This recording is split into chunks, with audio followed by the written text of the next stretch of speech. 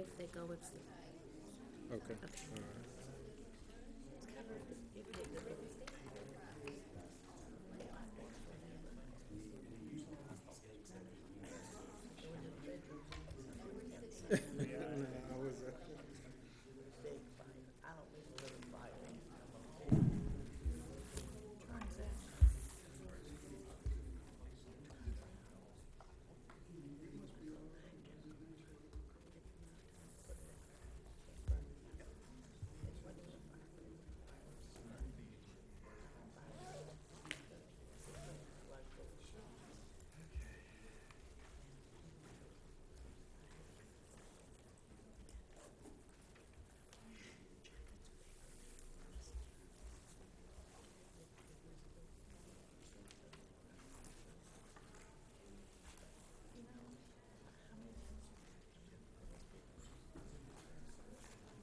Good evening.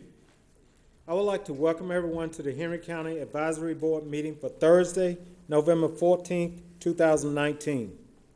This meeting is being televised on Charter Channel 180 and AT&T UVerse Channel 99. It will air daily at 1 p.m. with an additional airing on Thursday at 7 p.m. A video is available on demand on the county website. Please turn off all cell phones and laptops or set them to vibrate. Anyone wishing to speak tonight, please fill out a public hearing speaking card. A total of 10 minutes will be allowed for anyone wishing to speak in favor of a case and 10 minutes for anyone wishing to speak in opposition of a case. For example, if 10 people wish to speak, they must share the 10-minute slot. When you are speaking, please face the board and address us directly, not the audience. If you turn to speak to the audience, the board will assume you are finished and call the next speaker. At this time, we will have the invocation and pledge by Mr. Richard.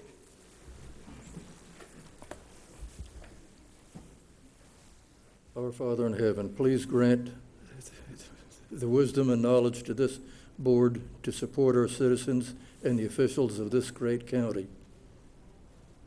Amen.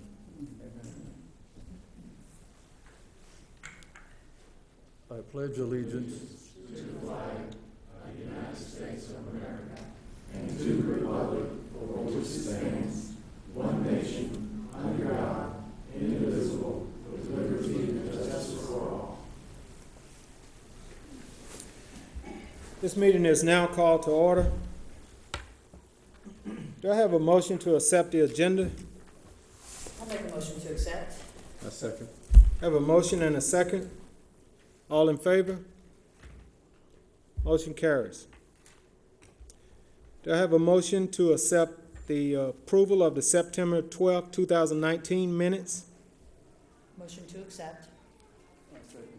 I have a motion and a second. All in favor? Motion carries. Staff, do we have any comments? Yes, Mr. Chair. We are very proud to have a couple of new planners, and I'm sure that you'll recall Durley Navarro from our September meeting. But now we have Kenta Lanham, and he's our newest planner one, and we're so very pleased to have him, so we want to make him welcome. Okay, thank you. Also, Mr. Chair, just want to state that 2 of our items that were advertised have been postponed, and that is RZ 1908, Jones Drive Henry 80 Properties LLC of Stockbridge requesting a rezoning from RA to R2 for property on Jones Road. And we'll re-advertise this item when it is scheduled to come back. Also, RZ 1919, Maple Multifamily Land SE LP of Atlanta, Georgia, requesting a rezoning from RA and R2 to MU Mixed Use for property at 2080 Jonesboro Road. And also, when this property comes back before you, it will be re-advertised so that the public is aware of this item coming back. Also, I'll have likely met Mr. Don Viam, and he's our newest District 1 appointee. So, Mr. Viam, we want to make you welcome as well. All right, thank you very much, Stacy. Thank you. All right, with that being said, we'd like to call the first case, please. Yes, sir. VR 1908, Whitley Engineering Incorporated of Zebulon, Georgia, requests a variance from development standards for property located at 281 Mount Olive Road in land lot 83 of the 6th District. The property consists of 30.43 plus or minus acres, and the request is for relief from the paved drives requirement of the Unified Land Development Code. This is District 2, and the report is presented by Mr. Kenta Lanham, Planner 1. Okay. Good evening, Chair and board members. The variance request in front of you is for the property located at 281 Mount Olive Road, as highlighted on the aerial map in your exhibit books, as well as the overhead projection. The property is currently utilized as a recreational vehicle park and campgrounds. The property is zoned C3, Highway Commercial. The applicant is requesting relief from the paved drives requirement for the expansion of the existing campgrounds.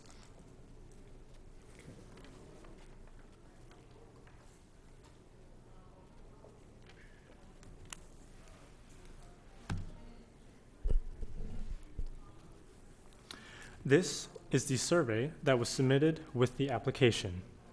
The light gray areas represent the existing paved drives. The area here is the gravel area set for expansion.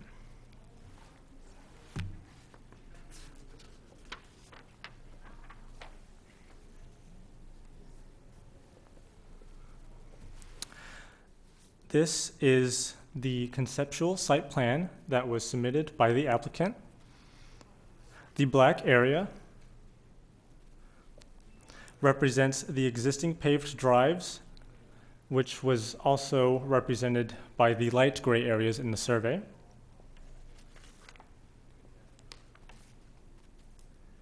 And this is just the other half of that conceptual site plan. As I mentioned before, the black areas are the existing paved drives, and the dotted areas represent the gravel expansion area. The request is for the relief from the paved drives requirement. This is not a typical varianceable item. Appropriate varianceable items are usually limited to dimensional standards as per Chapter 11, Section 110203. Additionally, the applicant is able to develop the expansion area in compliance with our current ULDC without the approved variance.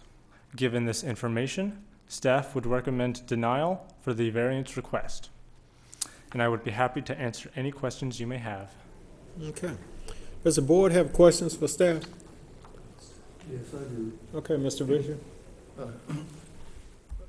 I thought that there were several drives that are adjacent to the ones that are paved, but they are gravel or unpaved, and it's my understanding also that many of the residents or campers that stay here actually live year-round, and so there's a lot of traffic in and out.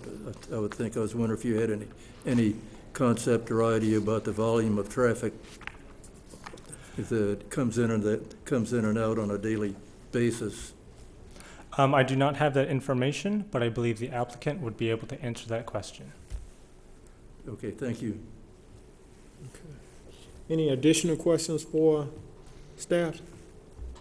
Okay. If there's no additional questions for staff, we'd like the applicant to come forward, please. Please state your name and address for the record. Good evening, Mark Whitley with Whitley Engineering, 38 East Main Street, Northampton, Georgia. I'd like to start off with just discussing and kind of talking about the existing facility as it is right now. And I don't know, can you put one of those drawings back up? Yes, of course. Which one?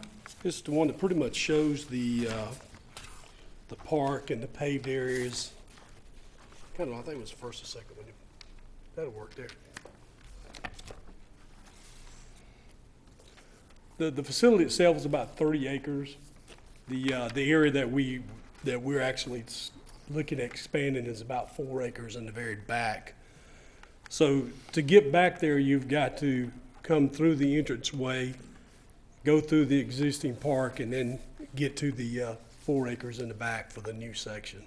The park itself, when you come to the entranceway, and you kind of see it up front, you can see an office area, amenities area, a drive, which is 24, 28 foot wide going into the park, a public parking lot so that you can park and go into the office building itself, and the area where you can actually turn around before you go into the park where the campers are at.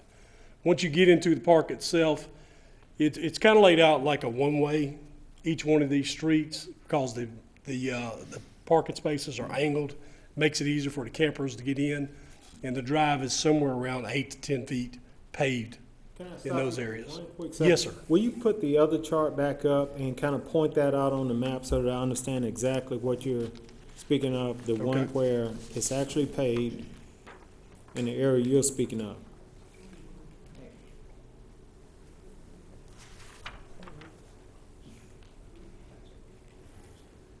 Okay. Let me point out.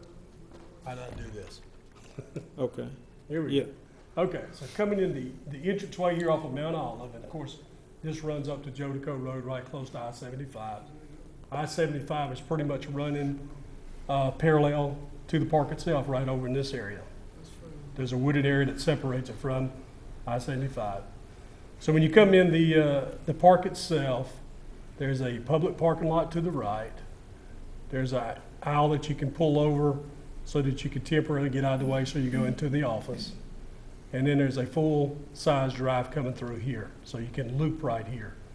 You don't actually get into the park itself till you start getting into this area. So you can choose any of the aisles, which are pretty much one way. The parking spots are angled so that the campers can pull in easily and then go back out the other side. To get to the section we're talking about, you'd have to come through here, all the way back to the back side, and then come into here. This is about 4 acres. The whole site is about 30. All these drives are approximately 8 to 10 feet wide. And that's why they're pretty much one way.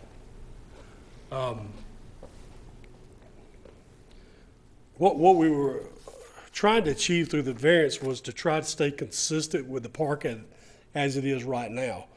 We felt that, if we're dealing with one-way drives, 8 to 10 feet, we're dealing with gravel, natural areas where the campers are actually parked, that we would be consistent with that. If we had to do asphalt or concrete on the backside, then we're creating a lot of impervious surface, which is not consistent with the existing park now. And that's why we thought that it would be something that could be received a variance as far as the pavement itself. Now, I would like to say this too. Let me go back to the actual application. Let me say one more thing about the park. If you look at some of your photos, you can see that back section that we're talking about, you'll see it's actually a gravel lot that already has campers parked on it, but they're not being used. These is more of a storage area. And you can see some of those pictures in your package. But let me go back to the application itself. My understanding, the ULDC states that all commercial entrances and exit driveways are to be paved with asphalt, concrete, or pavers. So I'm not even sure that we need a variance for what we're trying to do, because the way this thing is worded, unless I'm just misinterpreted, it says commercial entrance and exit driveways to be paved. Well, the entrance and the exit driveway is paved, and when you come into this facility, at the entranceway itself, as there's a turnaround, there's a parking lot, all that's paved. And until you get further back up into the park itself, which you don't get into unless you pay to utilize that, it's not open to the general public just to come in there and ride through. It's not for that purpose. So I'm not even sure if the variance applies in this situation. That may be something we have to get some clarification from, but if it is, then we would like to have some relief from that. I'll be glad to answer any questions that you may have. Mr. Chair, I can tell you it is. Okay. Thank you, Stacy. Does the board have questions for the applicant? I'd like to know what the staff's interpretation is. Okay. Stacy, elaborate. Yes, sir, Mr. Chair. This property is Zone C3. It is a commercial business. The drives and any parking areas would be required to have a paved, dust-free surface. So it is required to have pavement. We considered whether we as staff could address this concern administratively, but the only thing that staff can evaluate administratively is for an area that is not open to the public. And of course, the whole purpose of the expansion is so that it's open to the public. So it's a commercial endeavor. The drives and any parking areas are required to have a paved, dust-free surface. So the drive aisles are required to be paved. This is not something that could even be considered administratively. Unfortunately, it's not also something that is a varianceable item, which is typically a dimensional standard like a setback or something like that. So because it's not something that's specifically listed in the Unified Land Development Code as being a varianceable item, we've evaluated this and we do recommend denial of the applicant's request. Okay. All right. And Mr. Carmichael? Was the existing facilities established prior to the adoption of the current Unified Development Code? I don't know that. I know that this facility's been in place for a long time. I'm guessing 30 plus years. So I'm guessing it would be in place before the ULDC was put in place. And I may be able to provide some insight as to that. On July 7th, 1992, the Henry Board of Commissioners approved the rezoning request for the subject property from RA to C2. And then on July 17th, 2001, the Henry County Board of Commissioners approved a rezoning request for the subject property from C2 to C3. Both cases had conditions attached to it. The first rezoning case in 92 had one condition. The rezoning case in 2001 had 13 conditions. Okay. Mr. Moore? Mr. Forstaff, those conditions, were any of those conditions ones that would directly address whether something had to be paved or if it could still be gravel? There is no mention of paved or gravel drives on this for these conditions. Thank you. Mr. Moore, I just want to state that we try to avoid having conditions that duplicate the requirements of the ordinance. Okay. So if the ordinance requires it anyway, there would be no real need for a condition. I understand. So lack of that doesn't mean it's okay. It just means it's not duplicated. That's correct. Thanks for the clarification. Okay. So currently you have gravel, or is it a combination of natural turf and gravel, or you're going to add gravel to that area? The existing park is natural areas with gravel lots where the campers actually park. And then it has the 8 to 10 foot paved driving surface through the facility. Right. The back lot itself right now is a gravel parking lot Okay, with stored campers parked on them at this time. right. And Yeah. so you want to transition that from storage to active To campers? actual campsites, yes. Yes. But I guess my question would be, at some point, I think the intent behind the requirement, one of the intents behind the requirement is that we are able to get emergency equipment in these type facilities. And how, or to the applicant, how do you plan to suffice that without gravel in this area? Or without paving the area? I don't think we have a problem with being consistent with the existing park and providing those one-way drives at approximately 10 feet, maybe even 12 foot if we have to. But we would just like to be consistent with the park at this point. We really just, don't see the need of going through 15 to 20 acres of campsites that are natural with gravel campsites with approximately 10 foot of pavement, and all of a sudden we go all the way to the back, and then we have to pave nearly 3 to 4 acres of an area for campsites. So Okay. we just don't see the consistency of that. It's I guess to us, we're having a hard time understanding why we'd have to do that. Now, if you will, point out on the map, but go back to the map Yes, and sir. point out the area that you are saying that you guys would be comfortable with paving Yes, sir. opposed Oh. to, Of course, coming through the existing facility here, you get access straight through here, and then when you get to our site back here, we would be willing to actually pave these lanes that pretty much meander through the campsites themselves. What we don't really want to do is we don't really want to go in there and do all the pavement where the campers actually sit on. okay, Because then we're doing a 3 acre parking lot if we do that. okay. That's not consistent at all with what we've already got. You'll get trucks. Right. It's just a big parking lot if we do that. So, let me ask, okay, sorry, Mr. Richard, go ahead. I thought the request was really applying to the paved driveways and not necessarily the spots where the campers are, but saying that in the staff report, there's an extensive amount of an extensive list of conditions, and particularly because in many cases the people that stop at this place often stay here for more than a year at a time, and actually they can renew it, and in many cases they have become permanent residents. I think this campground was actually established back in the 1970s, so it's been there quite a while, and it's always had a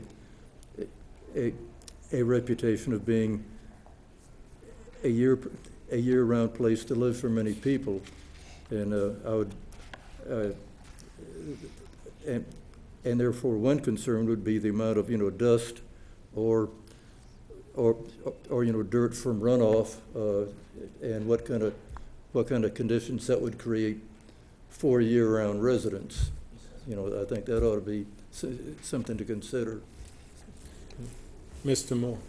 This is a question for staff, and maybe Mr. Stacy can help me with this.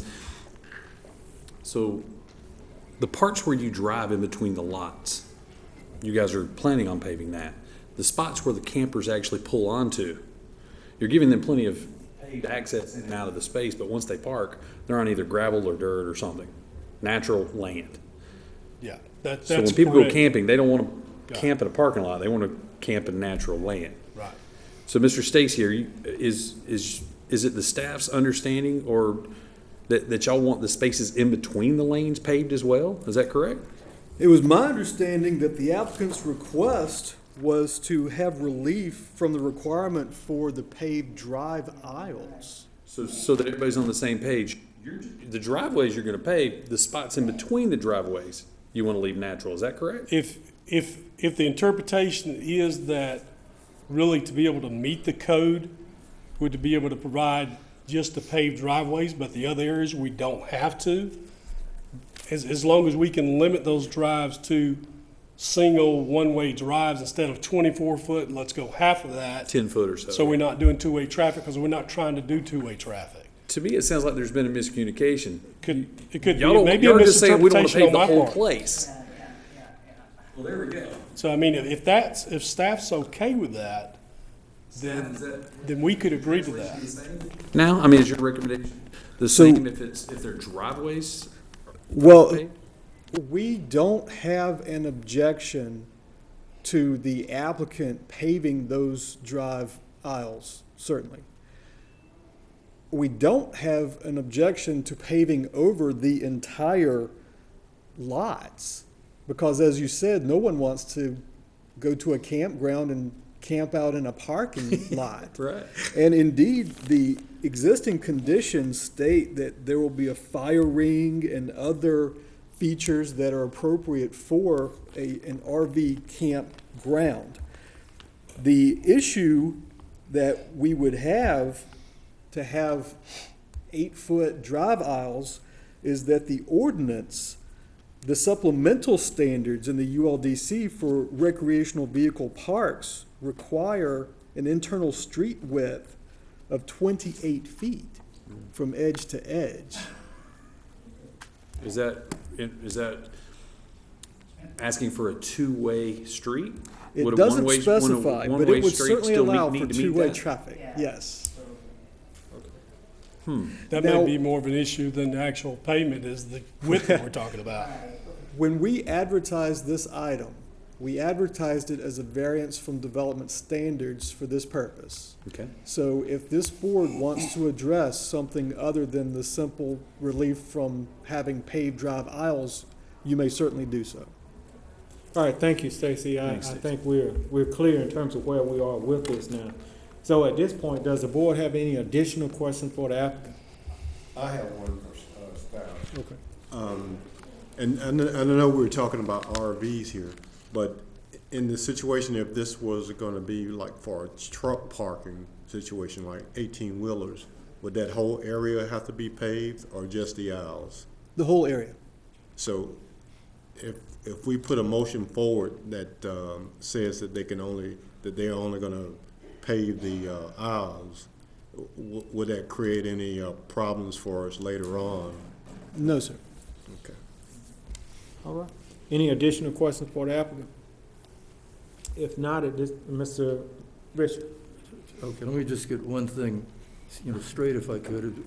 I think because of that these camping sites are at an angle, that, all of the traffic is one way, and that the drive is, 8 to 10 feet, throughout the camp, I believe is what you said. Yes, So you're not objecting in this new section to having paved one-way street or driveway system, is that correct? Yes, sir.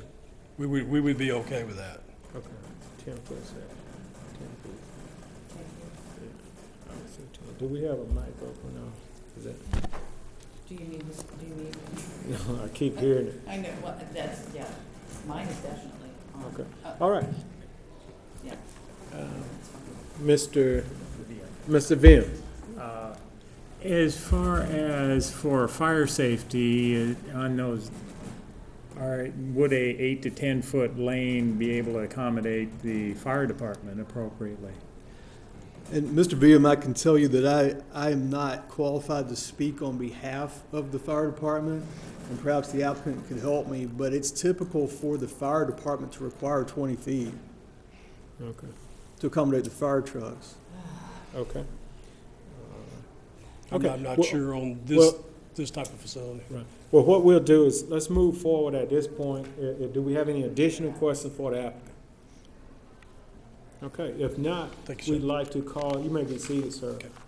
We'd like to call anyone wishing to speak in favor of this case. Okay. Okay, no one's coming forward. We'd like to call anyone wishing to speak in opposition of this case. We'd like to allot 10 minutes for anyone wishing to speak in opposition of the case.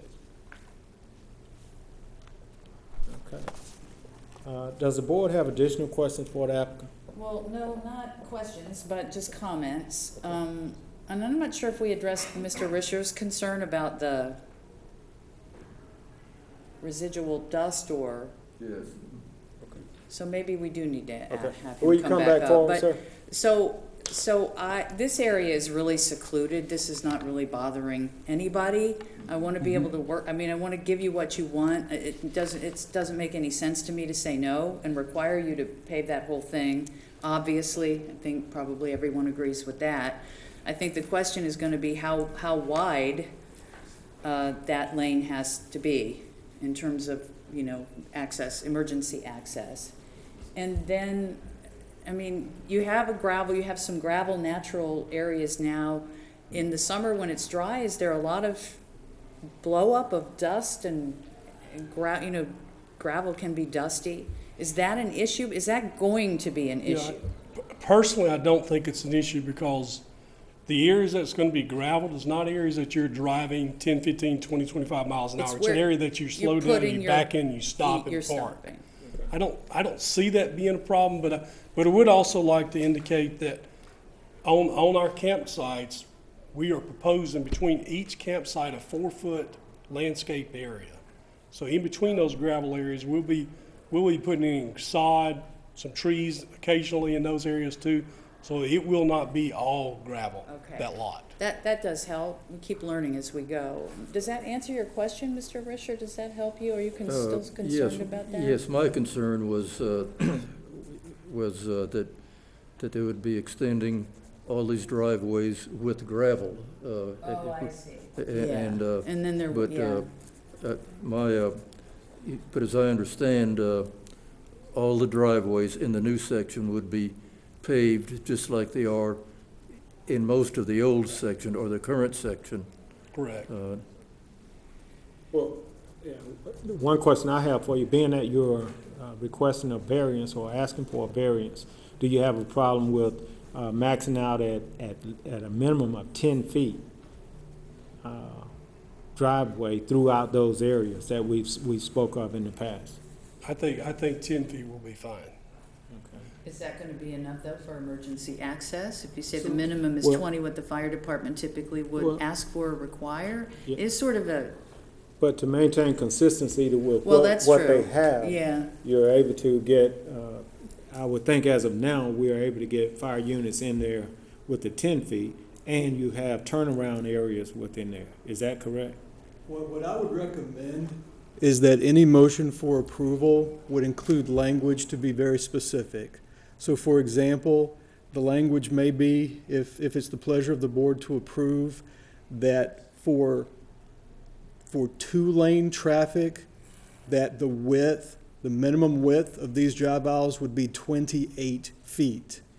And that for one-way traffic, that it would be a minimum of 10 feet, provided that where required by the fire marshal, they will be 20 feet in width.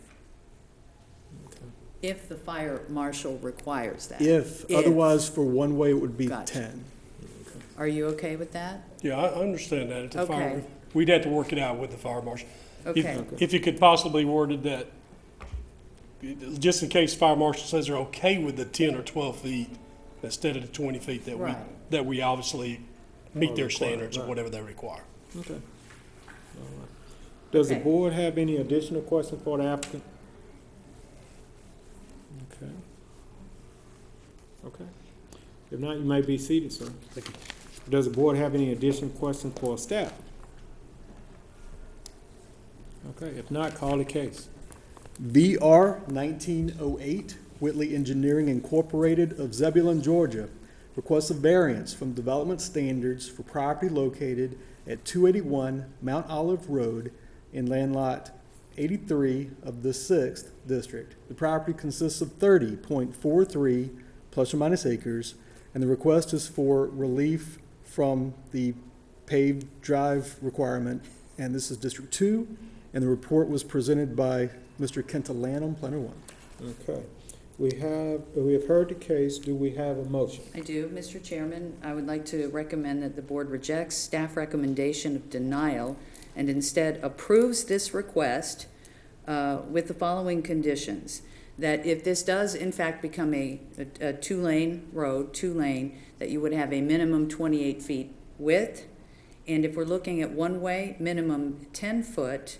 And if the fire marshal says you need 12, you would have to extend to that with approval by the fire marshal. I hope I said that right. Okay. Will that get it done? Yes, ma'am. We All have right. a motion. Do we have a second? Second. Have a second. Any discussion? Before we vote on, I have one question. Okay.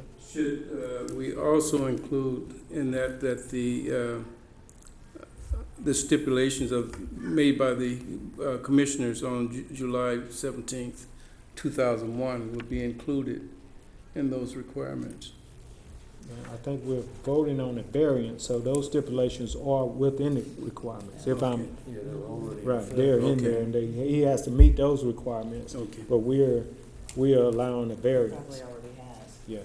Yeah. Okay. Any other discussion? Okay. All in favor? Motion carries. Okay. Call the next case, please. CU 1909, We Partner Management LLC of Peachtree Corners, Georgia, requests a conditional use for the property located at the southwest corner of Mount Carmel Road and South Mount Carmel Road in land lot 150 of the 6th District. The property consists of 11.713 plus or minus acres, and the request is for an assisted living facility in District 2, and the report is presented by Ms. Dearly Navarro, Planner 1. Good evening, Chair and board members. This conditional use request is for property located at the southwest corner of Mount Carmel Road and South Mount Carmel Road, as highlighted in green in your exhibit books and shown on the overhead screen. The subject property is zone RA.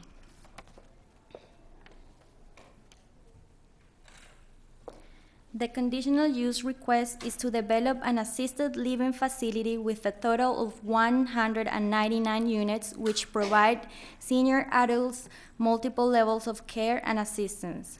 An assisted living facility is permitted in the RA zoning district with an approved conditional use as per the ULDC.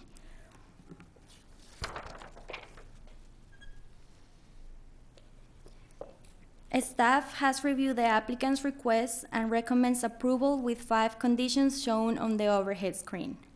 Thank you, and I will be happy to answer any questions. Thank you. Does the board have questions for staff? Okay, no questions. If not, we'd like the applicant to come forward, please. Please state your name and address for the record. Thank you, Mr. Chairman. My name is David Versell. I'm with We Partner, located at 7094 Peachtree Industrial Boulevard in Peachtree Corners, Georgia. Thank you for bringing up the presentation. I'd like to take a few minutes to kind of explain a little bit more detail about the project that we are proposing here at Mount Carmel and South Mount Carmel Roads. We've studied the market here in Henry County and found that with all of the growth that's happened here, there's been very little new housing aimed at the oldest seniors. Obviously, there's a lot of active adult housing on the south side in Henry County and surrounding areas, but in this development cycle, there has not been any new assisted living or kind of what we would call integrated senior living that I'd like to share with you what that is, that you've seen a lot of elsewhere around the country and elsewhere in the Atlanta area. So very quickly, an integrated senior living community as we are presenting it is something that's not just what you might think of as an institutional living facility. It's an attractive campus that has multiple buildings, green spaces, as was mentioned by staff, different levels of care, including assisted living, Alzheimer's and memory care, and independent living. The kind of amenities you might associate with a Class A apartment building or even a resort or a hotel in some cases, and basically just creating a communal feeling that you would not have seen 10, 20, 30 years ago in the senior living facilities that many of you may be familiar with. I want to just quickly run through the different components of an integrated senior living community as we are proposing it here. The main building would be the main entry point in this case. And our main building is actually the assisted living building at the front along Mount Carmel Road. And all of the buildings are interconnected. So you have that main entry. There'd be a separate entry off of South Mount Carmel Road, which I'll get to when we get to the site plan for the independent living building. It has one large commercial kitchen, and all the meal service for the residents is provided from that kitchen. There are multiple dining rooms within the main building. activity spaces, a theater, exercise rooms, places for classes, a library, depending on the operator we come up with. Sometimes they'll have, a billiards room or a massage room or different things. But basically, this building is the heart and soul of the community. It's where people all come together, they eat their meals, they spend time with their friends, and they socialize with each other.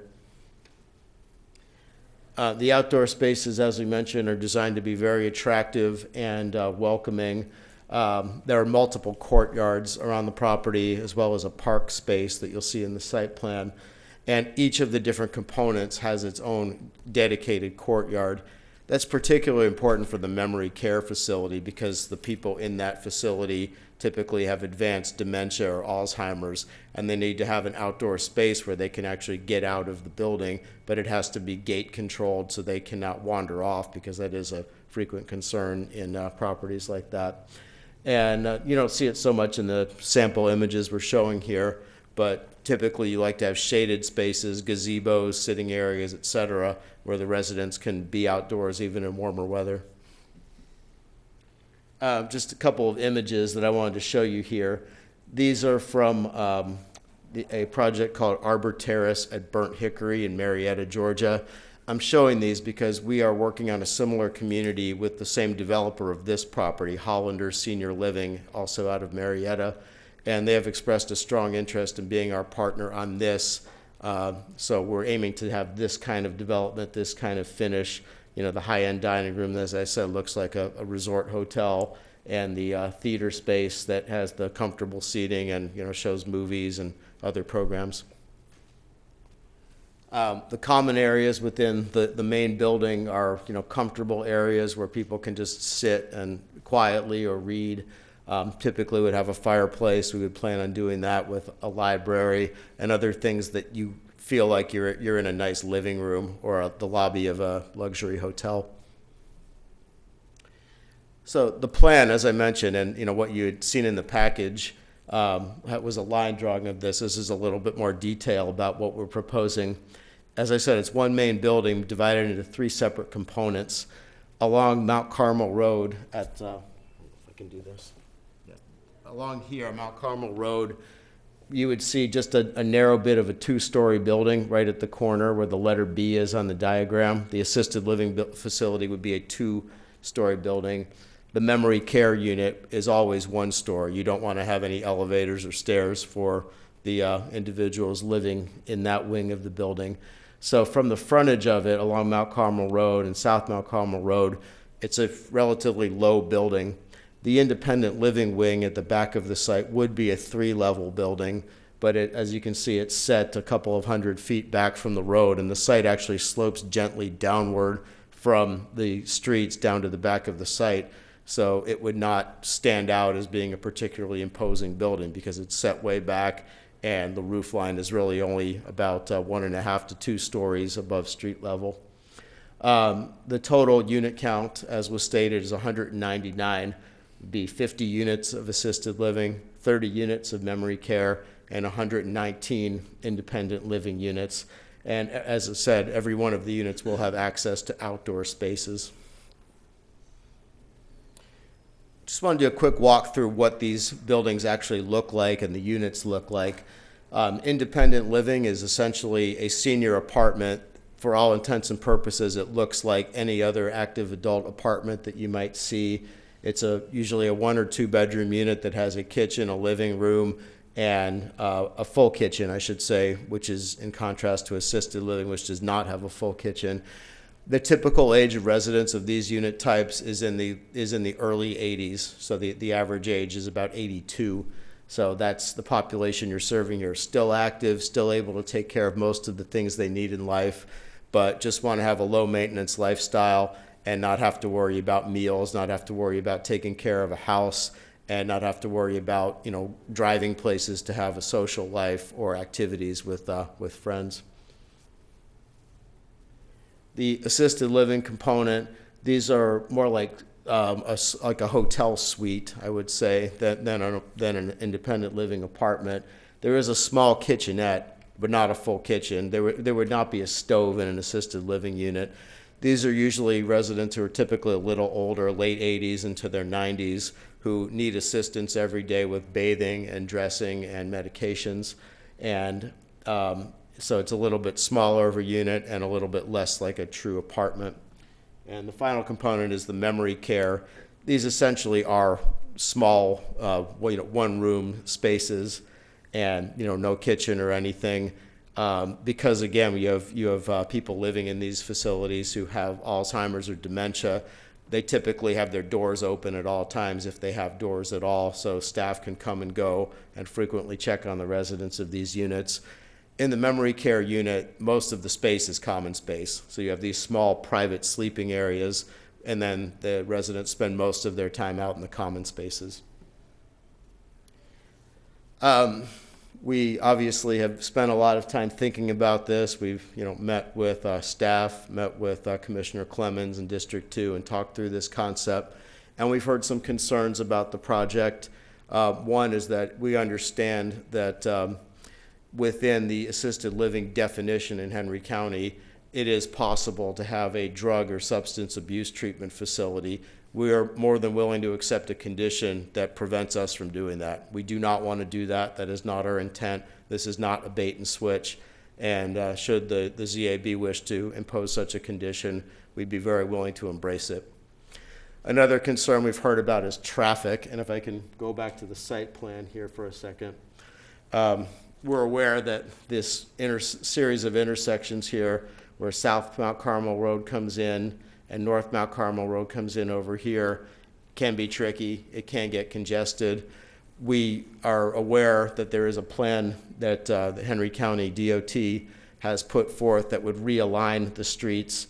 We are proposing to help with that by dedicating the right-of-way as shown here to relocate South Mount Carmel Road. Currently, it runs straight up and down around the right side of the image here, and we would realign it in coordination with what the county DOT has already expressed they'd like to see, and dedicate that right-of-way to help improve the safety of that particular intersection.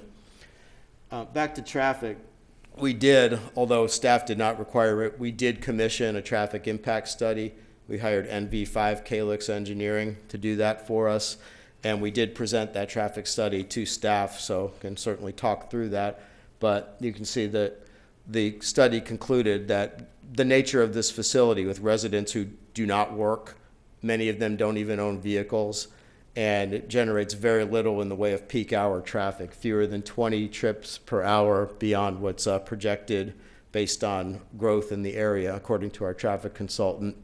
The existing volume through that intersection at South Mount Carmel Road is about 1,200 trips at peak hours on weekdays. So this project would only increase the peak hour traffic volume by about 1 to 1.5%, according to our traffic impact study.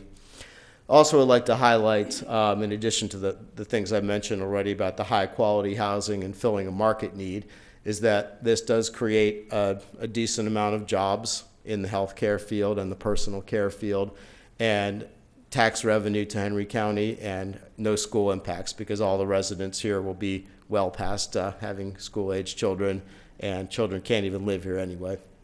So I'm happy to answer any questions, and also have with me here this evening our civil engineer, Michael Elliott from Metro Engineering, who can answer any technical questions. Okay. Thank you. All right, thank you. Does the board have questions for the applicant? Mr. Richard? Yes, could you or your engineer, show us where the nearest sanitary sewer line is that would serve your complex? Yes. So we do have a water and sewer availability letter from the Water Authority. The existing sewer line is, so there's this piece that we have. I don't know if we can get an image up that you had that first image that had the area map. I can show you exactly where it is, and Mr. Elliott can as well. Yeah. Can you go back to that? You had an aerial map on the county tax map. Good evening, Mr. Chairman, Mr. Risher, members of the board. Mr. Risher, obviously this is the Rowan property here that is up for discussion tonight. Rowan property across the street as well. It adjoins the Wrangle at the Preserve subdivision that Mr. Jones just developed, probably about, well, the houses are already built. Within that development, there is a stub out of a sewer line to the south onto Jeff Rowan's property. We are going to go across that. Of course, we're going to acquire both tracks, but there will be a sewer outfall that gravities to that, and we've already shown that conceptual design to the engineering manager at the Henry County Water Authority as part of our availability application, and they've granted us that. There is capacity within that, so this site actually gravity flows to the north and into that existing subdivision that's already built. There's already a sanitary sewer manhole on the property.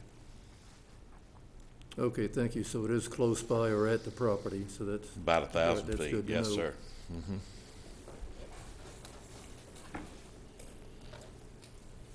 Okay, any additional questions, Mr. Richard?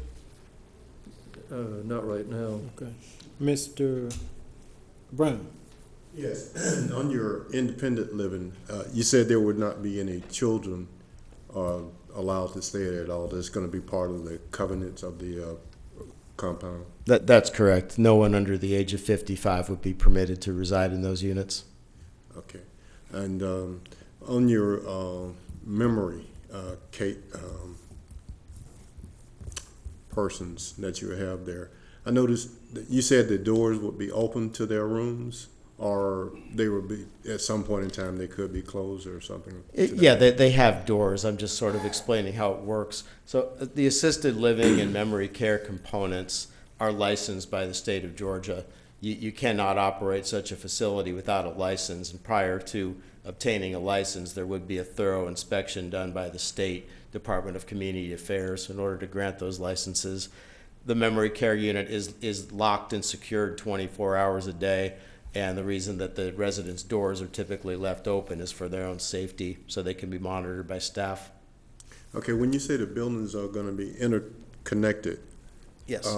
Does that mean that there would be access from one to the other through a local door or a common area? Yes, so you can see where the assisted living and the independent living buildings come together. There would be a corridor that goes between them. Once you're in the building, you can walk freely between those two pieces. But as you see, the memory care unit is a little bit put apart from that, and there would be a locked, secured door on either end of the memory care unit that you can only get in with a key fob if you're on staff. The residents cannot come and go freely. Okay. Any additional questions for the applicant? Mr. Richard? Could the staff show us where the closest fire station is that would serve this site? Mr. Richard, I can tell you that I'm not aware of where the closest fire station is. I think it's near the North Mount Carmel Park. I believe it's Station 11. That's very likely. So I don't think it's very far away. Yes, sir. Any additional questions? I have a question, Okay. just for clarification. So you're building the building, but you're not actually doing the operational aspect of the, Right. Correct. So, right, it's a very specialized industry. Right. And so we would contract with a third-party operator. The project that I had mentioned that we're already pursuing, we have a company that specializes in just this, and we've signed a 10-year operating agreement with them to manage that building. And so, we are a real estate company. We do not manage this sort of product. Right. And so we would have a contract with a qualified operator. And again, that operator would have to be fully licensed by the state in order to open and operate the facility. yeah. So do you start building before you have that contract in place? No. Or No, we would Okay. not be able to get financing for the project I unless see. the operator has Sure. already been identified. Okay, thank you. Okay. Any additional questions? Okay. If not, you may be seated, sir. Thank you. All right. At this time, we'd like to allow 10 minutes for anyone wishing to speak in favor of this case. Anyone wishing to speak in favor? Okay. Again, please. Mark Whitley, Whitley Engineering. Okay. I just want to say something, Mr. Richard. brought up the issue about sewer, and I just wanted to affirm something that Mr. Elliott had said. Our firm actually designed the Wrangle subdivision several years ago, which is constructed now, and we designed the sewer with the intent of knowing that sometime there would be property to the south that would tie to that. So I did want to affirm that that is the case. Thank you. Okay. We have additional time. Anyone else wishing to speak in favor of this case? Okay, if not, we'd like to allot 10 minutes for anyone wishing to speak in opposition.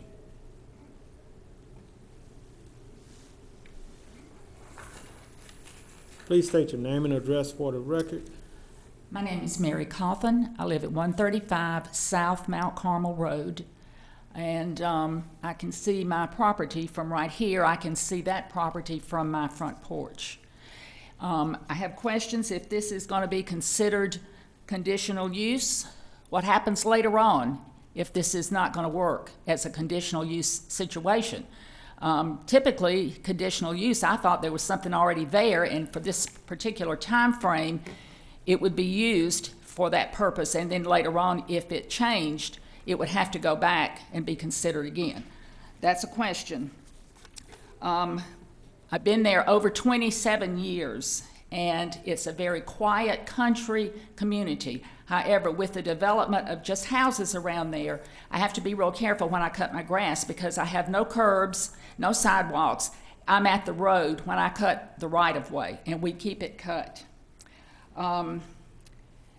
We are residential, but we are a small acre community for the most part down there, and people have been there for quite a long time.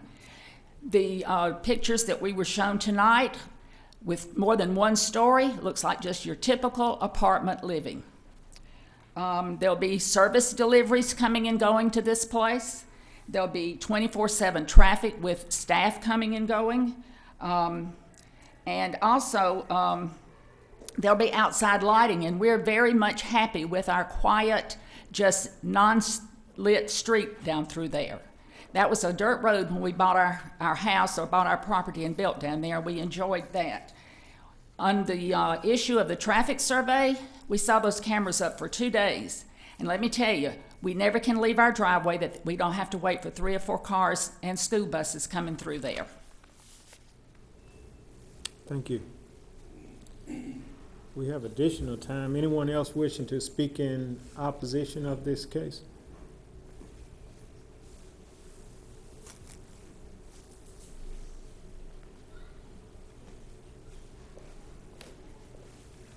Hi, my name is Linda Phillips.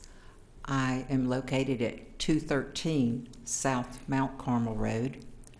I am the closest residential property, which I have a mini farm. The land between the Rohan acreage that we're speaking of, that the facility is wanting to be built at, there is also a large tract of land that belonged to McMahon. It's approximately 167 acres. And that runs beside and behind my property. So I'm concerned if this is turned into basically a commercial piece of property, is this later going to make the land that's going to be beside me and behind me commercial property as well? Because I'm not real sure if that's going to make the value of my property increase or decrease.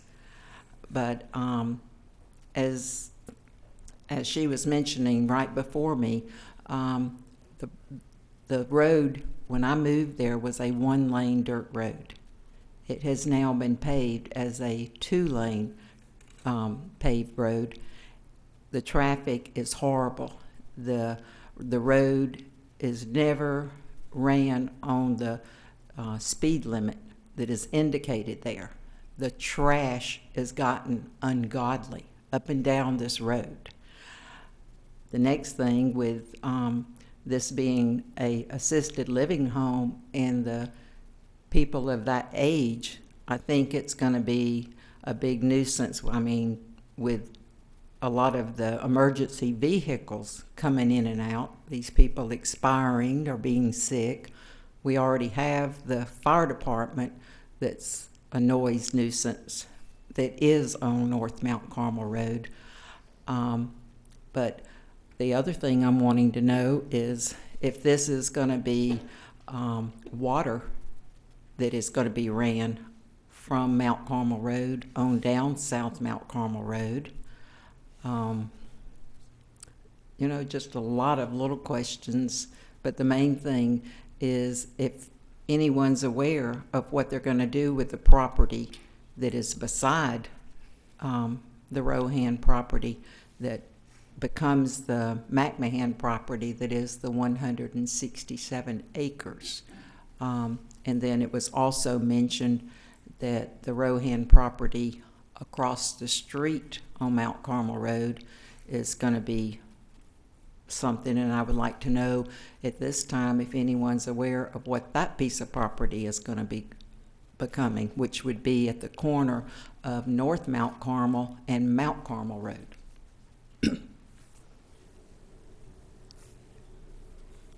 I know that's a lot of questions, so maybe I should have asked one question and got an answer. Well, let me say, ma'am, at this point, this is not a question and answer session for us to answer those questions. Those are questions that you would have to take before the county because we may or may not know the answer to those questions. What someone else is doing with their property, we don't have any idea. Okay. Not even the Rohan property that would be across the street from this? That's something that you would have to address with county staff at a different time. This is not you can address any concerns that you have, but we don't have answers for you. The board does not.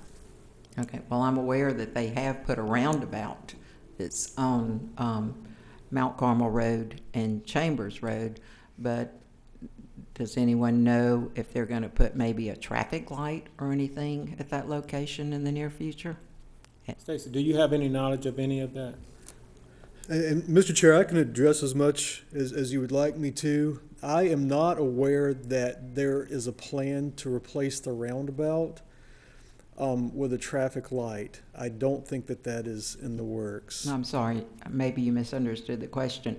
I'm wanting to know, is there going to be a traffic light at the intersection of South Mount Carmel Road and Mount Carmel Road? I am not aware of an improvement that is planned for the intersection where South Mount Carmel and North Mount Carmel will be realigned at Mount Carmel. I am not aware of what sort of improvement is planned for this area. I can tell you that a roundabout would be considered before a traffic light.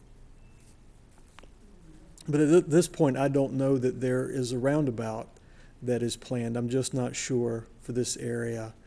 Mr. Chair, if you'd like, we could discuss the future land use map for this area, which is the county's guide for future development. And if you'd like me to, I can certainly do that. We'll get back to that, Stacy, but as of now, I would like to move forward with as we are now. Is there going to be water, county water, that's going to go into that property? Of course, they're required to have water. But I mean, majority of people are on wells. I'm wanting to know. Well, that the county, the requirements is that they have water. They won't be on a well system there. Okay. That's one of the, I mean, I'm sure everyone up here could answer that question, but they are required to have water, county water. Okay. Is there anybody that knows if they're going to try to widen South Mount Carmel Road any more than it already is? Let me say, ma'am, as of this point, the board does not answer those questions. That's something that I would like for you to get with staff on at any point in time, at your leisure. Get with staff, get with the county, and determine what's going to happen out there. We do not know. Okay. Thank you. Thank you. Okay. At this time, we have additional time remaining. We would like to allot that time for anyone else wishing to speak in opposition. Anyone else wishing to speak in opposition of this case? Okay. No one else is coming forward. Does the board have additional questions for the applicant?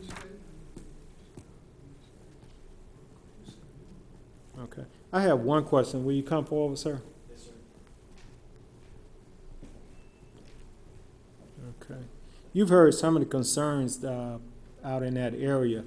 Yes. In terms of county, I made a statement that county water would be part of that facility. So will you elaborate on the facility, county water, and the traffic or whatever improvements you guys plan to make out there? Yeah, can we put this back on? So yes, as you acknowledge, we did have to, with our application, submit an availability letter from the Henry County Water Authority showing that we have the ability to access both county water and county sewer. And that's the plan here, obviously. We would not do a facility of this size and scale on a well or a septic system. That would be completely not feasible. In terms of what we are suggesting, again, we met with Henry County DOT with Mr. Simmons and talked through the plan for the area that was referenced by staff.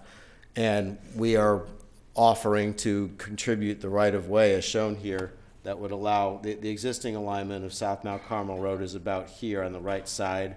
We would dedicate this right-of-way from the property to line up here, which would then eventually line up with the future connector road to the north.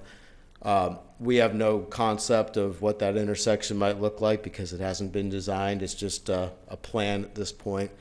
But if you can take a look at our traffic impact study, which we did submit to staff a couple of weeks back, it emphatically states that this project will not necessitate any traffic signal or any further off-site improvements along Mount Carmel Road or South Mount Carmel Road, again, based on the very small increment of traffic volume that would be added by a development such as this. Thank you. You're welcome. Thank you. Okay. I'm sorry, yes, sir. We have additional questions. I'm sorry. My I apologies. was kind of impressed that you guys wanted to help improve the infrastructure for the area that you're altering. We don't hear that very much. So the fact that you're willing to step up and do that. But the nice lady that got up and expressed some concerns, one of her concerns was about lighting and the overflow of lighting onto an area that was, that normally doesn't get that much lighting. Would your company be willing to direct those lights to the inbound part of the property? Because they have the technology to have light go in one direction and not get as much overflow of light before. Could you help accommodate some of those concerns with your choice of lighting? Would you be willing to do that? We would have to meet the lighting standards in your development code, and the plan that we submit would do that. Now, in your development code, as you know, there are standards about lighting coming off site and having to mitigate against that. I think one important point on this is we are getting a conditional use permit for this new use, but we're not rezoning this. This is still in the rural residential district, and as such, we actually have more stringent setback requirements here than we would if this had been in an R2 district or a mixed-use district. If you look along the southwest corner here, the property line here, that's a 50-foot setback here, and along the front road frontage, it's a 75-foot setback, which is the same setbacks that any other use in the rural residential district would have to conform to. So if this were, again, in a more high intensity district, the building could be closer to the road and it could be closer to the adjoining property lines.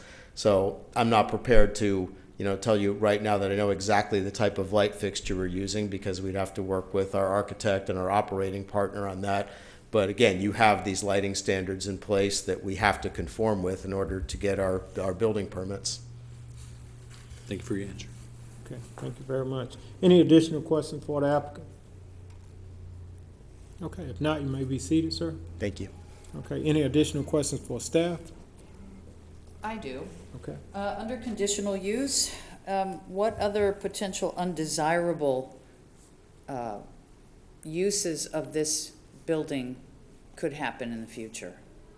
We mentioned the drug rehab, and he's willing to put a condition on there that would never be used for that. What else might be possible? So, Ms. King, the conditional use is specific for assisted living, In other words, it's not transferable between assisted living and personal care home and nursing home and so forth. So it's tailored in that regard to assisted living. The definition of assisted living doesn't mention the treatment of drug and alcohol dependency, so it's very appropriate to include a condition that would state that the on-site provision of the treatment of drug and alcohol dependency is prohibited. Okay. And I'm not aware of other negative uses that might happen under a conditional use for assisted living. Okay. If it provides clarity and if it's useful, I can tell you, I can't speak for other jurisdictions, but in Henry County, the conditional use permit, it doesn't expire. It is ongoing and it runs with the property. So it will not sunset unless there's a condition that states that it will. Okay, thank you for that clarification. That's helpful, I think, hopefully. For me, it is. All right. Any additional questions for staff? If not, thank you. And call the case, please. CU 1909, We Partner Management LLC of Peachtree Corners, Georgia, requests a conditional use for property located at the southwest corner of Mount Carmel Road and South Mount Carmel Road in land lot 150 of the 6th District.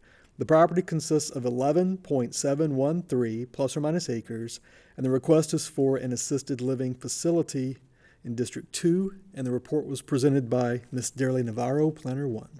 Okay, you've heard the case. Do we have a motion?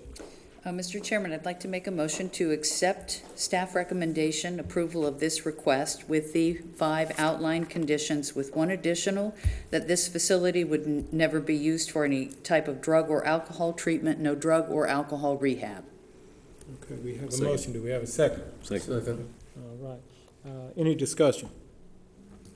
All in favor? Motion carries. Thank you. Call the next case, please. Mr. Chair, we're done. That's right. That was it. I have a motion to adjourn.